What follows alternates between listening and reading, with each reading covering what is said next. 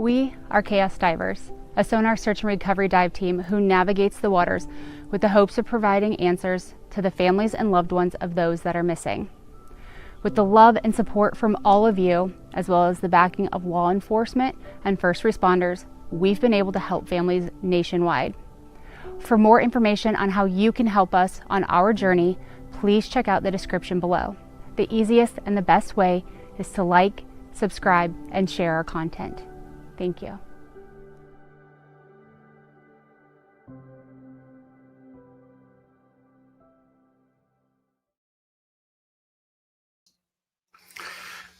All right, guys, welcome. I do apologize, and we're going to start this out by saying Eric isn't here.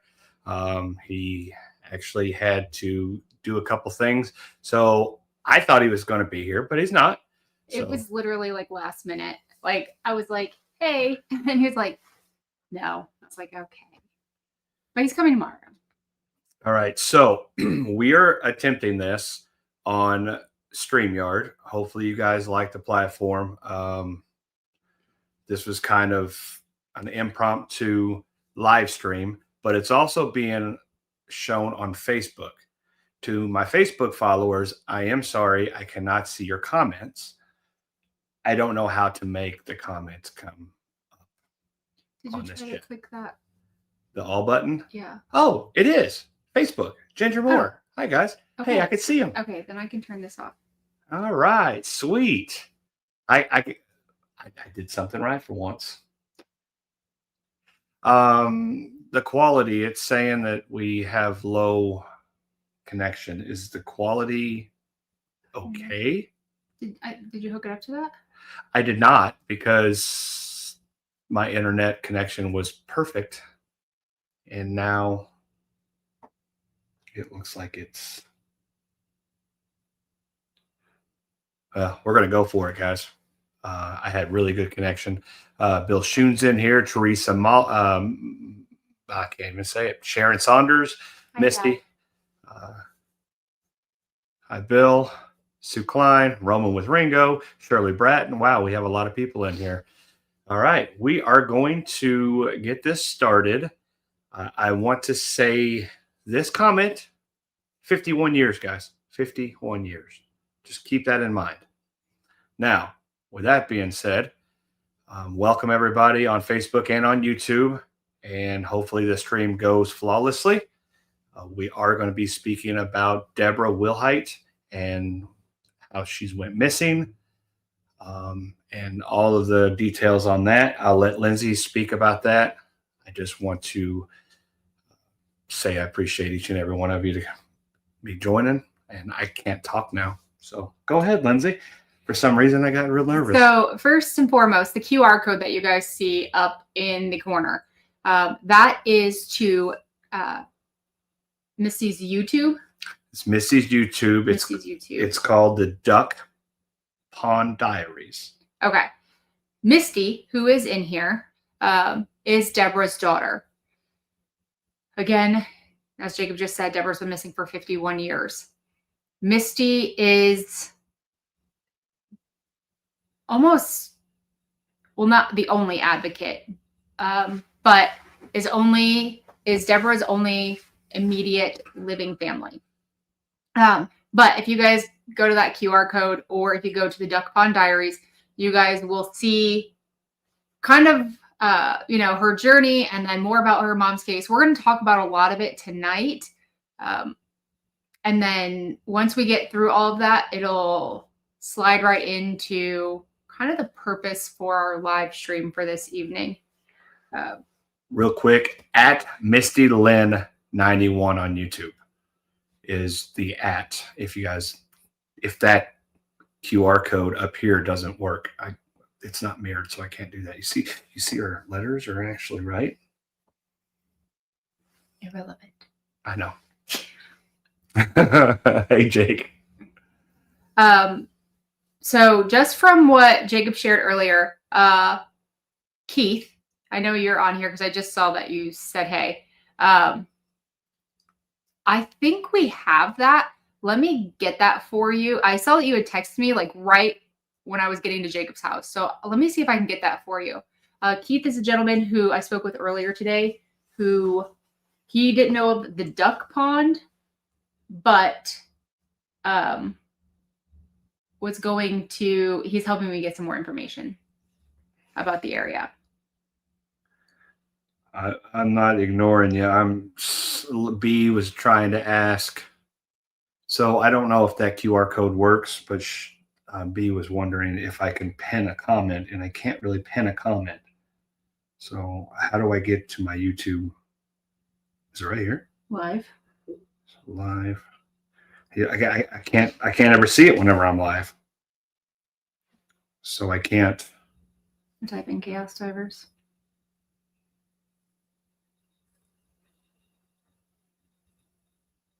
View channel. Sorry. It's my first time. Click Oh, that. I can click that, right? Yeah. Hey, You there have to we are. search your channel and like go that way. Oh. All right. So, okay, go ahead. Are you looking for Misty's comment? Yeah. It was right there. Her name's in green. Misty Lynn. Pin message. Sweet. Got it. Okay, so we're going to okay, Carol's in here as well. Carol is Debra's sister. So we're just gonna kind of go give you guys everything that we know, everything that's been put out there. Misty has, given us this permission to put this information out because we want to be as transparent with all of you guys about Debra's case. In the event, I know that we have a lot of people who are near or around the Evansville area. If you are not old enough to remember Debra's case, maybe your parents are still around, your grandparents are still around, maybe they remember. Ask your family, friends, different ideas and different things, in the area. So Debra is missing from Evansville, although she did live in Princeton, but she is missing from Evansville. She was 19 years old when she disappeared. She was 5'6", about 120 pounds, green eyes. She had brown hair, but it was bleached blonde, ears pierced, missing 2 molars. They've been incredibly descriptive with everything about Debra. That night that just read along then. No, it's not a teleprompter. It's your notes, so you don't have to keep looking down at your phone. You can see that. Oh, but that only tells me so much, though, right? It tells you it's your whole thing. Oh, so you're gonna scroll as I go? Yes, I can. Hey, I did good this time. Okay, I am prepared. Sorry. Okay. When Debra went to work that night, she was wearing like a blue knit sweater and bell bottoms.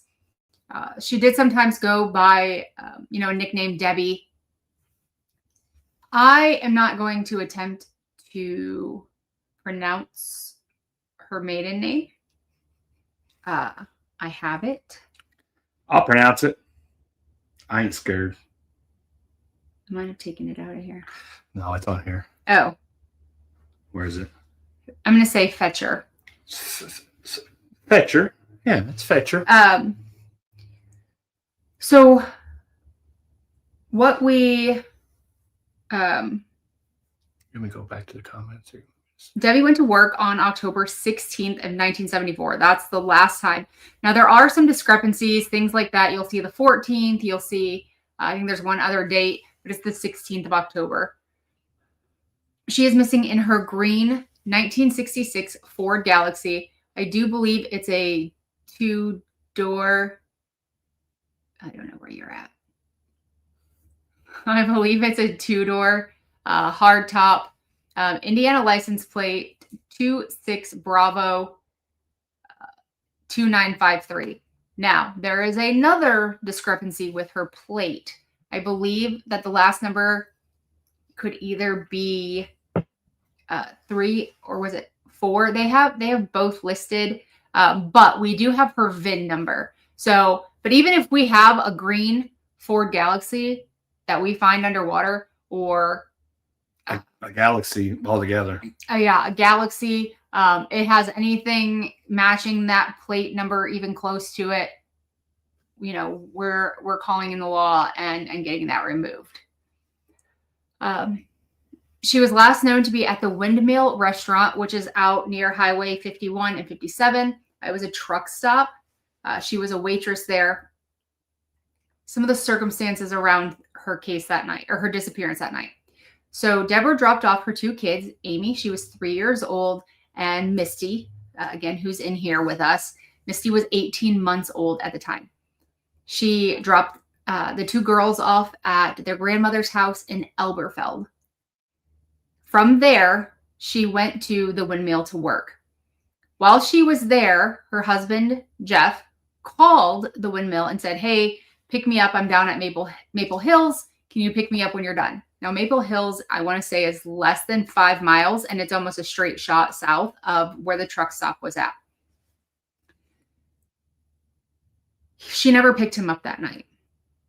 Now kind of brings in this hitchhiker scenario.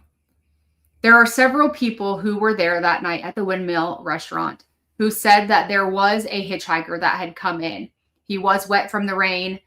He had said that he hitched a ride into town on a cattle truck from Indianapolis, Indiana, and that he was there to collect money from a friend. He was asking for a ride to the motel that he was staying at. The only thing is that nobody knows what motel that was. There are people there who say that he and Misty spoke to each other like they knew each other. But then there's people saying like, that she didn't know who he was. When Misty left that night, the man also left. But it is not known if she did give him a ride, if he did something outside of the restaurant. Again, this is 1974, so there are no cameras. There's nothing like that out there. Indiana State Police was able to track down 2 cattle truck drivers that were in that area that night. The one that they did speak to said, I didn't pick up any hitchhikers that night.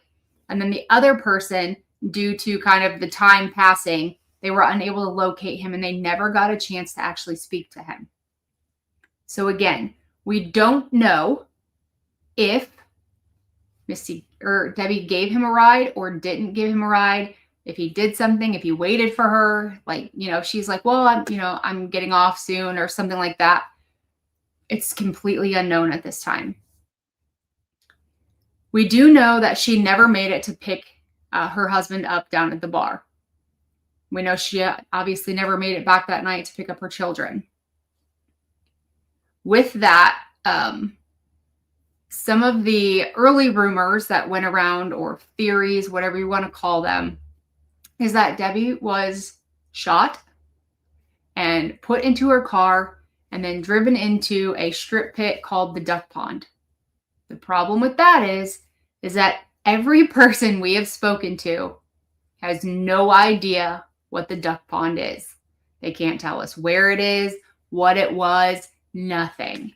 The other issue that we're running into is that a lot of that land back then, the coal mines have since come through, highways have since come through. If you look at maps from 1974 and then you look at maps in today, they look completely different towns.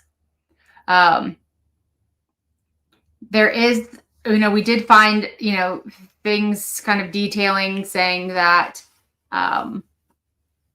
the duck pond has been drained, but even then, even if it was drained, there was like 15 feet of sediment and it could have covered the car up even when it was drained. But again, we don't even know where it was at. Misty texted me, I think it was yesterday. And then in looking into that, I forgot to text Misty back. But there was a buck pond. So is that where the confusion is maybe coming in? That there's a buck pond and people are saying duck pond. We don't know. But we also don't know exactly what they're referencing in that either. I didn't know about the buck pond.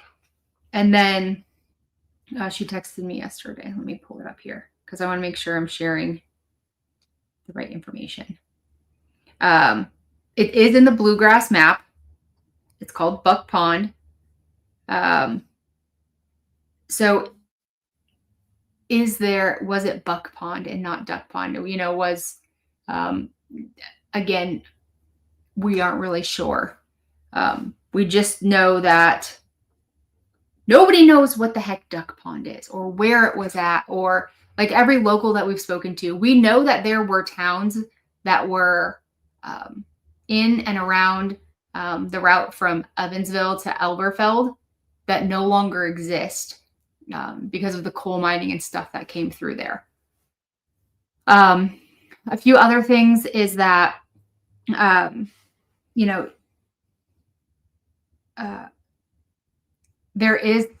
it is out there that in an early statement from her husband that she may have been pregnant at the time, but that's obviously always gone unconfirmed.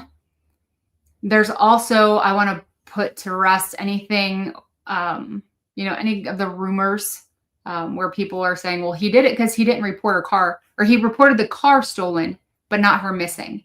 It wasn't uncommon for Debi to just kind of get away for a day or two. So when he reported that car stolen, that was how he thought he was going to find her in the car.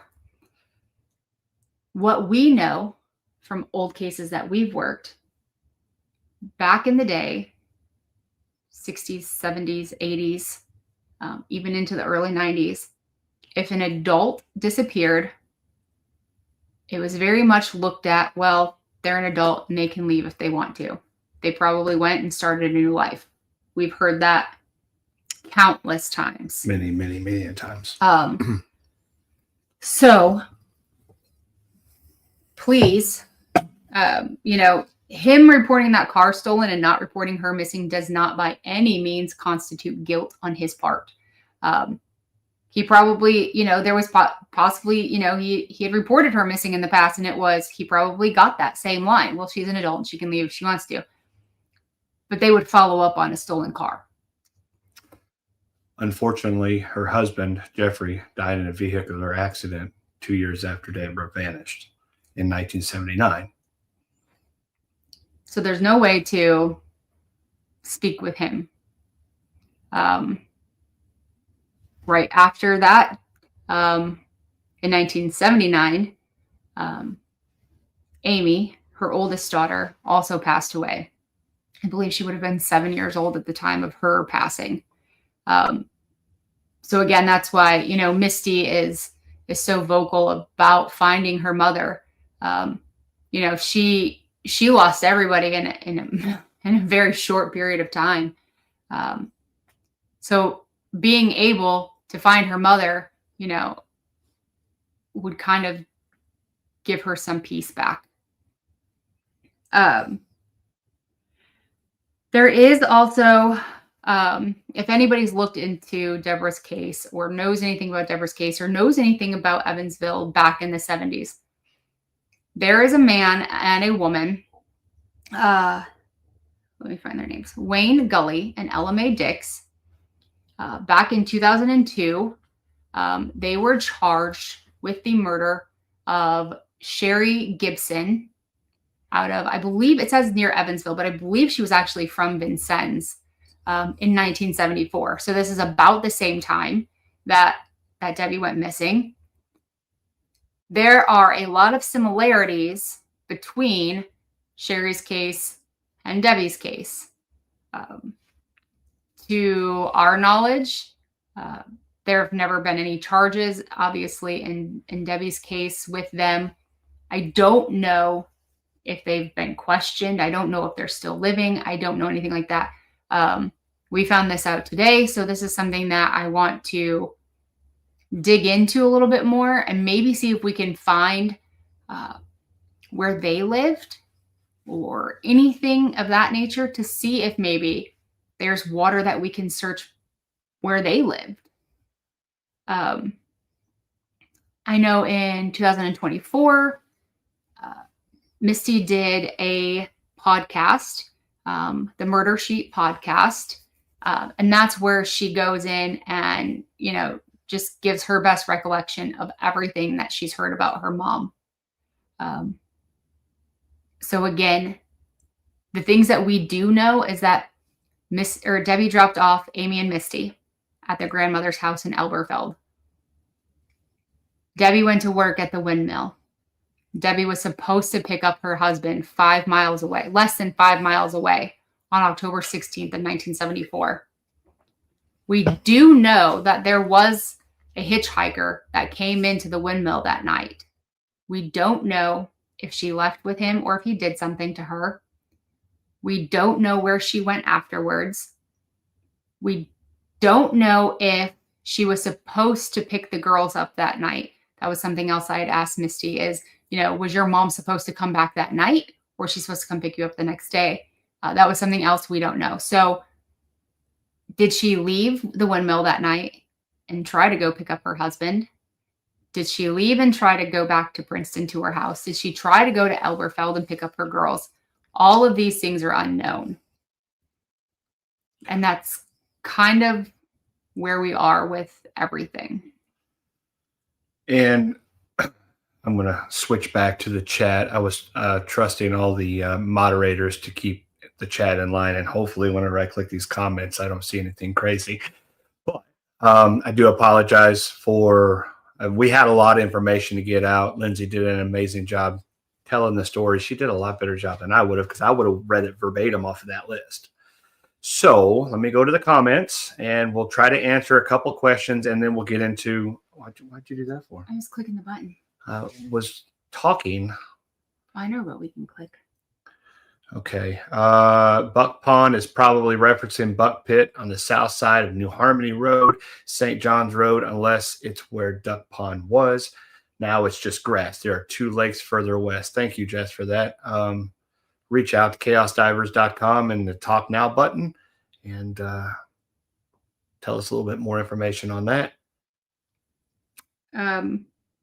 Misty, if I got anything wrong, let me know. Again, we try to put everything out there that we've found that was public information. With that, that kind of brings us to kind of the heart and soul of the live stream tonight. Time to get mean. No. You guys know that we are 100% law enforcement and that we back the law enforcement and that we will happily work side by side with them in any capacity. Misty has received 2 denial letters in requesting the files for her mom's disappearance. Unfortunately, though, these denial letters, their reasoning for their denial letters contradict their own statements. Basically saying like, well, it's an open investigation. Yes, it is an open investigation because it hasn't been closed, but it's not necessarily actively being worked. And we understand that that's not always an option. Very often, a lot of law enforcement agencies are, understaffed and overwhelmed. And I understand that. I do believe that Indiana State Police has recently started a cold case unit. Last year, which is a great thing. And I applaud them for that. My biggest thing, though, is Jacob and I have seen firsthand what a cold case unit is capable of when they put all of the information out there. We had that privilege when we were able to work with Elgin Police Department, and we had the honor of finding Karen Sheepers. Karen had been missing for 42 years. Elgin put everything out about Karen's case. They put out all of the interviews from family and friends and just acquaintances and people who were at the bar that night. They put down all of the, crazy letters that had been written in. They put out all of this information about Karen's personal life, work life, love life. They They put it out there, and Karen came home. So I would hope that ISP would follow suit in doing the same for Misty and her family. 51 years is far too long. 51 minutes is far too long to not know where your loved one is. So we're hoping that if we can potentially reach out to ISP, to their cold case unit, and see if they will work with us. I do know through other teams that we've worked with, Tammy and Dennis, ISP has not always been the most welcoming in taking outside help. But we're hoping that with our history, especially working with cold case units, I know Andrew and Matt would vouch for us 100%. We just need the information. That they may be more willing to do that. There are several laws out there that should allow Misty, but the problem is that not all of them are pertaining to Indiana. And there's not a lot of federal laws that grant families access to files and things like that. Misty's going to continue to keep trying and write appeal after appeal after appeal. But this, well, it's an open case. It's an open investigation. That doesn't really fly. I don't think. You're being way the hell nicer than I would be. Yeah, because you catch more flies with honey. Yeah, well, I really, really, really, really am disappointed. 51 years. They need to do something for Misty. They need to do something for the family. Let them see the information in a secure spot. The information that they can provide that family could lead to bringing Debra home. That needs to be known. And yes, I applaud ISP for getting a cold case unit, and I sure hope that they bring the 10 plus home that are missing. There's way more missing in Indiana than I actually know of. We find out every other day that there's somebody else missing that we just have never seen. There's a lot of undocumented things, but just to say that I come from a huge law enforcement background, with me working as a law enforcement officer, plus my family. My grandfather was chief of police. You know, there's a lot of law enforcement and lawyers behind us. Let the family see the documents. That's it. Like, well, and they're not. I mean, the other part of it is that Misty has been able to view this before. She's been able to see different documents before, but never been able to take them home and review them. And I think that there's a lot of things in there that maybe Misty might not necessarily remember, because she was 18 months old at the time. But her sister Carol, Debbie's sister Carol, may see something in one of those pages, and just taking the time to read them and not having to sit down in some office, kind of feeling like you're on a timeline and under pressure, to actually be able to view them. Because one of them may see something and, Misty may be like, oh my gosh, I remember my grandma talked about this. And it may give them something new. Carol may see something and be like, oh my gosh, I know exactly what this is. The fact that it's been 51 years, again, we've seen what success can be when people are more transparent and more open. In my opinion, at this point, it is a missing persons case. And to me, an open investigation is one that's being worked. We've actually been able to get more information on new cases than we can on this case. Again, everything right now is what's been put out over the years. And it's kind of like, I don't know if you guys remember that old game Telephone, where like you'd whisper in somebody's ear and then they'd whisper and then they'd whisper. And by the time it got back to you, it was completely different. How do we know that that didn't happen here with things that have been put out publicly, via the news and things like that. So I think it would be extremely beneficial for Misty to have access, Misty and Carol to have access to that. Let's just say, for instance, a case that Sunshine State worked. If they had the information beforehand, before they found this individual, he would have been found months and months and months before. Just one little information, one little thing can lead to solving a case. And since we are basically solely water sonar specialists, that's what we do. That's what we specialize in. If they have their cold case unit and they have sonars and stuff, I don't know how long they've been doing this. I don't know what their skills are. Don't really care. I know that I'll go right back over them. But we want to work right beside them. And I know they're watching because they follow me on Facebook. They literally started following me on this case. So if you guys are watching, reach out to us, work with us, and we'll be right beside you. I think the biggest thing is that it's time for her to come home. Whatever information they may have, or lack thereof information, we want to be able to help fill in those gaps. There's been so much speculation around Debra's case. Was it purposeful? Was it accidental? Was it self-harm? I think a lot of where she's found is going to tell us some of that, and how she's found is going to tell us a lot of those answers, but we have to find her first.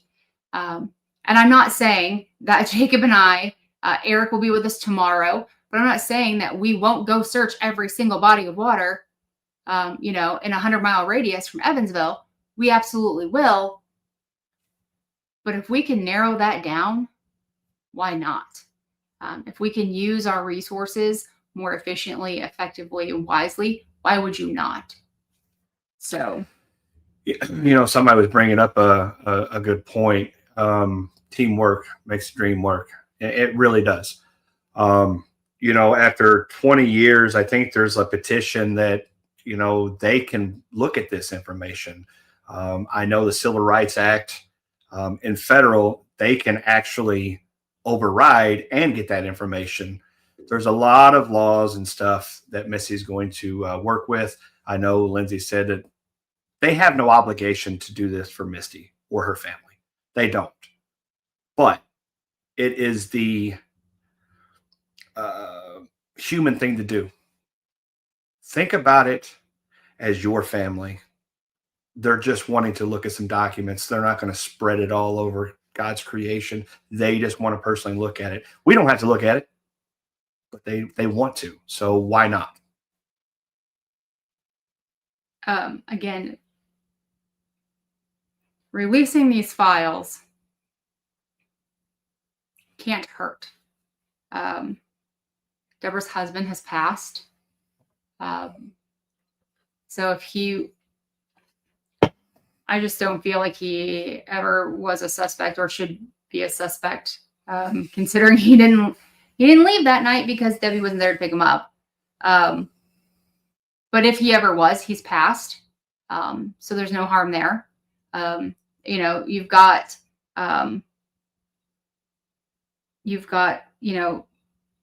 Wayne Gully and Ella Mae Dix. They've already been charged on this other murder.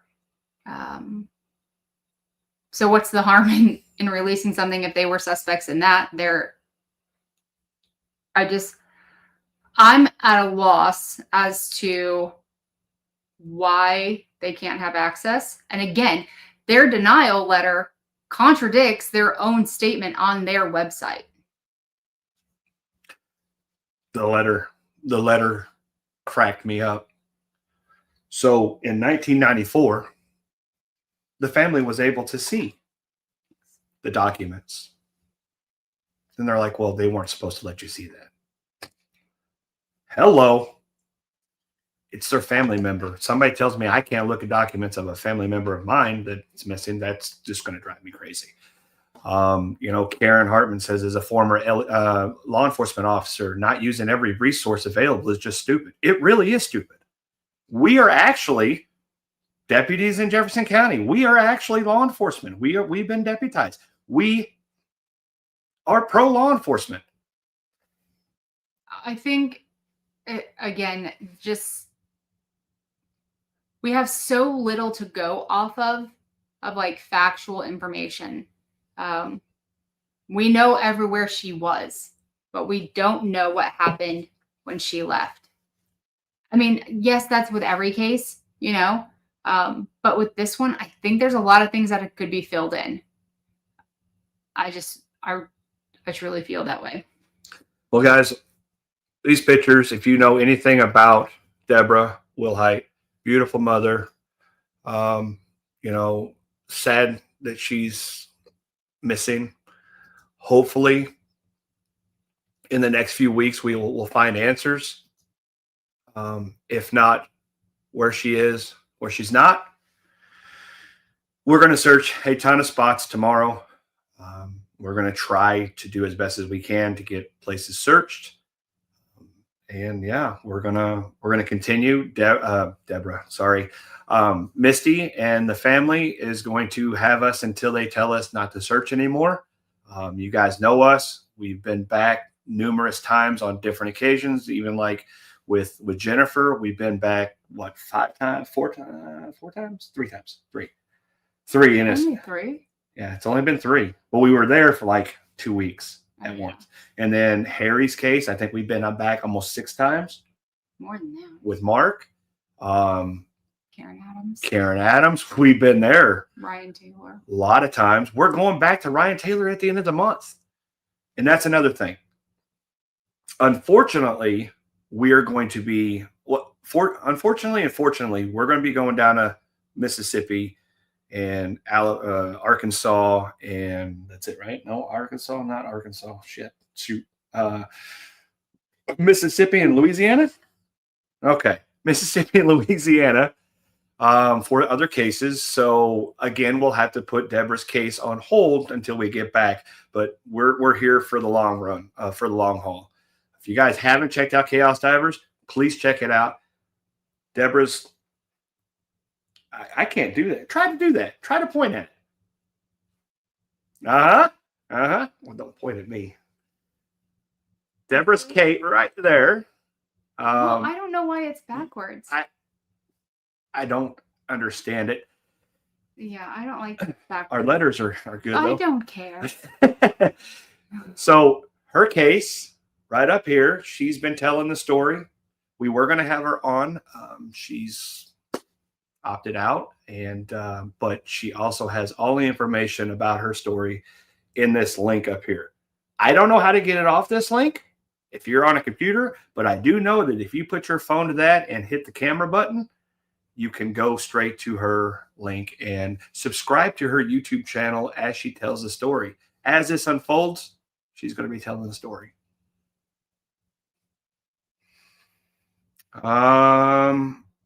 $50 to the swear jar check. If I had $50 to put in the swear jar, I would. I have an even worse swear word for you. Actually, I do have $50. Somebody donated $50. Yeah. What? We're leaving tomorrow. Is that a swear word? Yeah. Early is in how early? Like, I'm going to be here by 8 o'clock. Yeah. You got jokes. First off, Eric's home. Oh, okay. Eric wants to be home by 4 o'clock.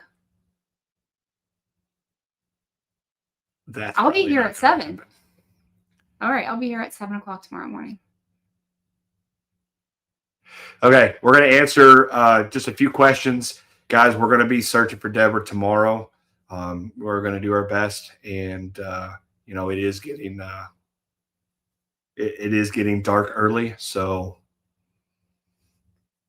if you guys haven't checked out Chaos Divers, check it out.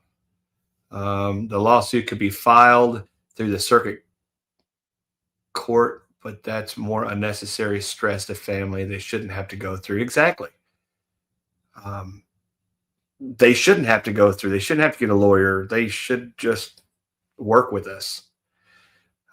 Jacob, there's a few places I really want searched. Shelly has an army behind her now. Chaos family, we all have her back. Thank you. Again, I did explain to Misty that we will do the best we can. Somebody asked if you got the lights fixed. No, but I did get the lights. Right here. I thought we were okay. I know we weren't going to show, but yes, the lights are here. I haven't put them on yet. I just got them today. So thank you.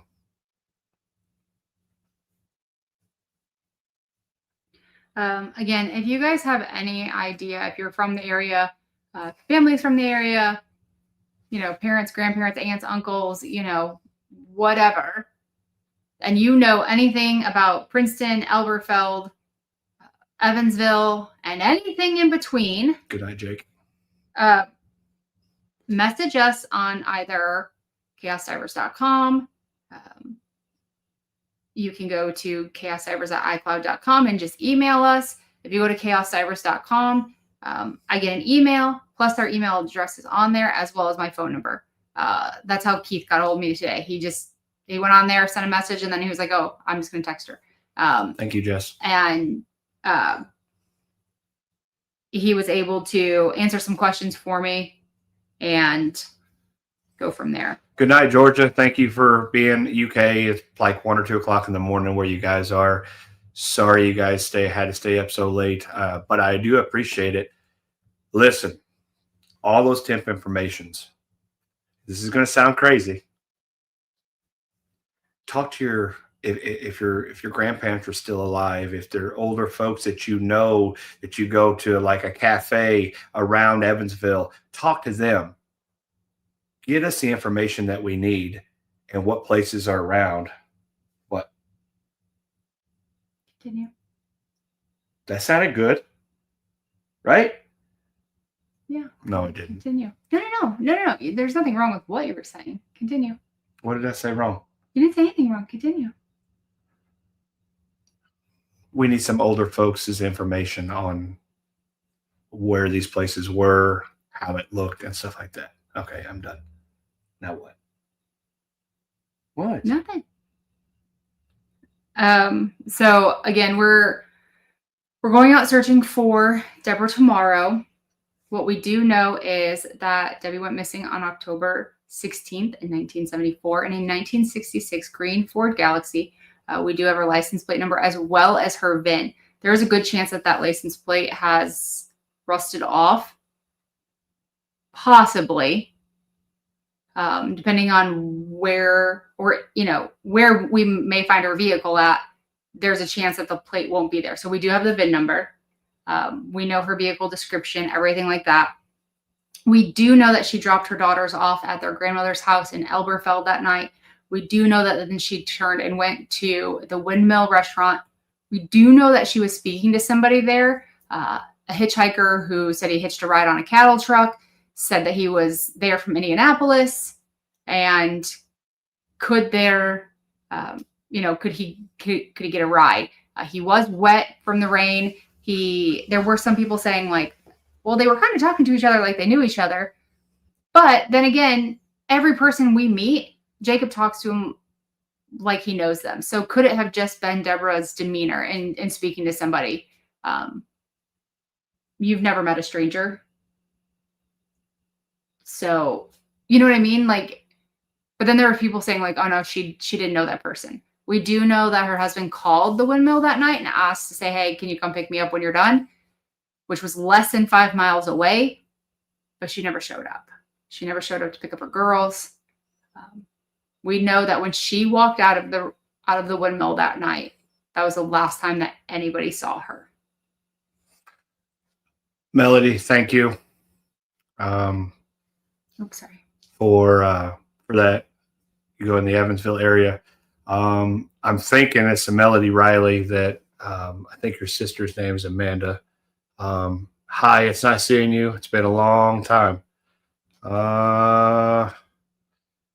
Other than that, guys, there was something here that I wanted to say, and Oh, Monday the 14th. The discrepancy was the 16th. I think I got those flip-flopped earlier too. It was the 16th, or excuse me.